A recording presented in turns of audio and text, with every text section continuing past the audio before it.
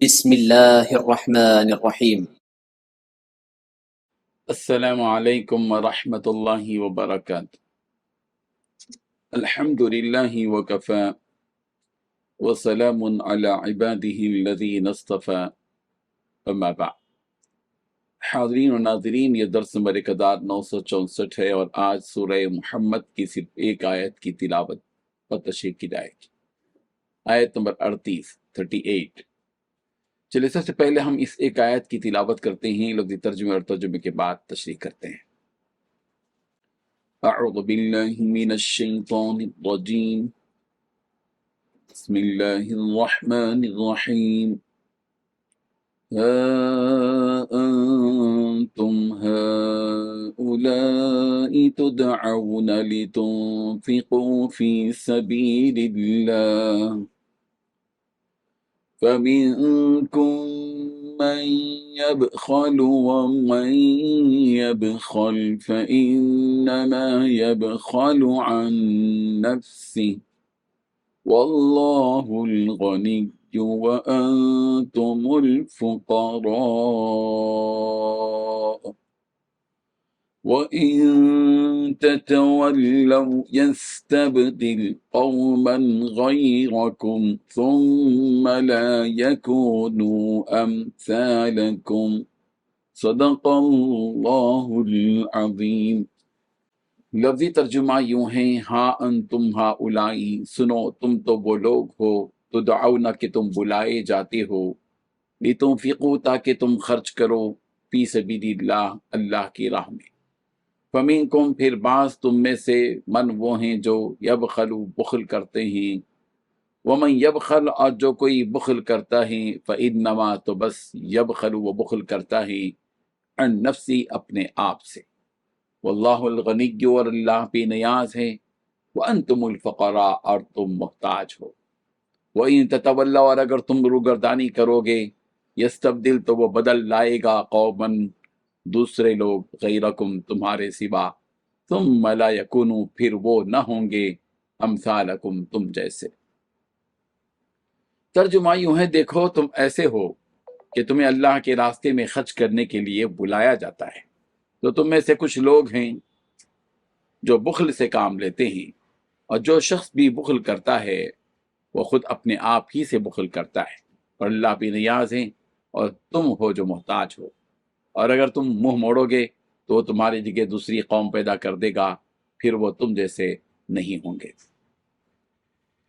اس آیت میں 4 باتیں بیان کی گئی ہیں۔ پہلی بات دیکھو، تم ایسے ہو کہ جب تمہیں اللہ کے راستے میں خرچ کرنے کے لیے بلایا جاتا ہے تو تم میں سے کچھ لوگ ہیں جو بخل سے کام لیتے ہیں۔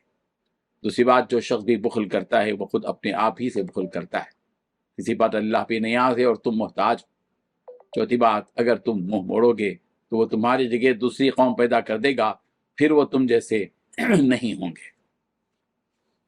بزرگان محترم، پچھلی آیت میں یہ بات بیان کی گئی کہ جب مسلمانوں سے مال طلب کیا جاتا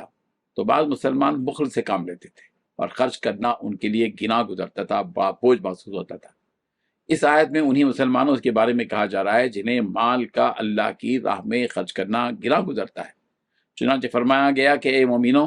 دیکھو تم ایسے ہو کہ جب تم سے کہا جاتا ہے کہ تم اللہ کی راہ میں اپنے مال خرچ کرو تو تم میں سے چند لوگ ایسے ہیں جو اللہ کی راہ میں خرچ کرنے میں بخل اور کنجوسی سے کام لیتے ہیں، کہ جتنا دینا چاہیے اتنا نہیں دیتے،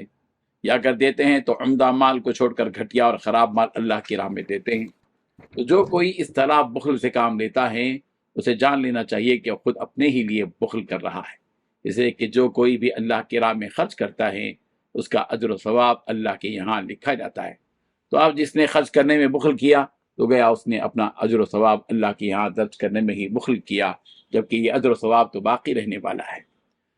اس مال و دولت کے مقابلے میں تو جس نے دل کھول کر اخلاص اور نیک نیتی سے خرچ کیا وہ تو فائدے میں ہوگا، اور جس نے بخل سے کام لیا اسے خسارہ اور نقصان اٹھانا پڑے گا۔ ویسے اللہ کے یہاں کسی چیز کی کمی نہیں ہے، اگر وہ چاہتا تو بے حساب مال و دولت برسا دیتا۔ واللہ الغنی وانتم الفقراء، اللہ بے نیاز ہے، غنی ہے، اور تم ہو کہ محتاج، مگر اس نے ایسا نہیں کیا اس لیے کہ وہ بندوں کو آزمانا اور جانچنا چاہتا ہے۔ اللہ تعالیٰ چاہتے تو اپنے دین کی بقا کے لیے آسمانوں سے مال و دولت کے خزانے اتار دیتے، ان اللہ تعالیٰ کو مقصود ہے انسانوں کا امتحان، ہم جیسوں کا امتحان۔ جو اس امتحان میں کامیاب ہو گیا اسے اس کی کامیابی کا انعام قیامت کے دن دیا جائے گا، اور جو اس طرح بخل والی حرکتیں کر لے گا اس کو جان لینا چاہیے کہ اگر وہ اپنی اس حرکت سے باز نہیں آئے گا تو اللہ تعالیٰ اس کی جگہ ایسے لوگوں کو لے آئے گا جو ان لوگوں کی طرح بخیل اور اللہ کے نافرمان نہیں ہوں گے، بلکہ اس کے فرمانبردار، اس کے احکامات کو سننے والے اور اللہ کی راہ میں خوب خرچ کرنے والے ہوں گے۔ حضرت ابو ہریرہ رضی اللہ عنہ سے مروی ہے کہ رسول اللہ صلی اللہ علیہ وسلم نے اس آیت وَإِن تَتَوَلَّوْا يَسْتَبْدِلْ قَوْمًا غَيْرَكُمْ پڑھی تو صحابہ کرام رضی اللہ عنہم نے عرض کیا کہ یا رسول اللہ وہ کون لوگ ہوں گے جنہیں اللہ تعالیٰ ہماری جگہ لے آئے گا اگر ہم اپنی حرکتوں سے باز نہیں آئیں گے، جو ہماری طرح نہیں ہوں گے؟ تو نبی رحمت صلی اللہ علیہ وسلم نے حضرت سلمان فارسی کے کندھے پر ہاتھ مارا اور فرمایا کہ یہ اور ان کے قوم۔ بعد نے کہا کہ اس سے مراد عجمی ہیں، تو بعد نے کہا کہ اہل یمن ہیں، بعد نے کہا کہ اس سے مراد ملائکہ ہیں، اور سب سے مناسب قول حضرت مجاہد رحمہ اللہ کا ایک انہوں نے کہا کہ اس سے مراد تمام ہی لوگ ہیں جنہیں اللہ منتخب کر لے۔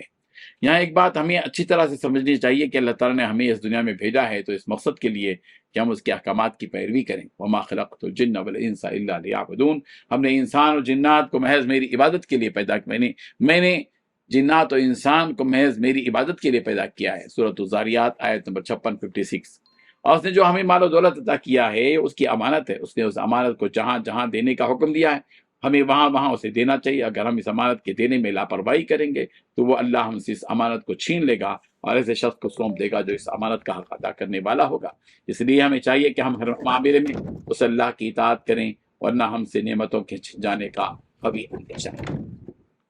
اللہ تعالیٰ ہم کو آیات کو سمجھنے کی توفیق عطا فرمائے۔ آمین وآخر دعوانا ان الحمد للہ رب العالمین۔